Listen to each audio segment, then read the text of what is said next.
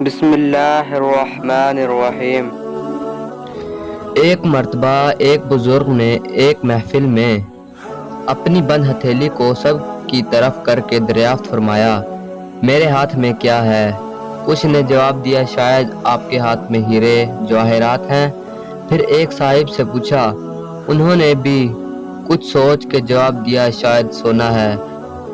پھر پوچھنے پر ایک نے جواب دیا کہ آپ کے ہاتھ میں اگر ہیرے جواہرات نہیں اور سونا بھی تو یقیناً چاندی یا کوئی قیمتی چیز ہوگی۔ تب اس بزرگ نے اپنے ہاتھ کو کھولا تو اس کے ہاتھ پر چند کنکریاں تھیں۔ سب حیران رہ گئے۔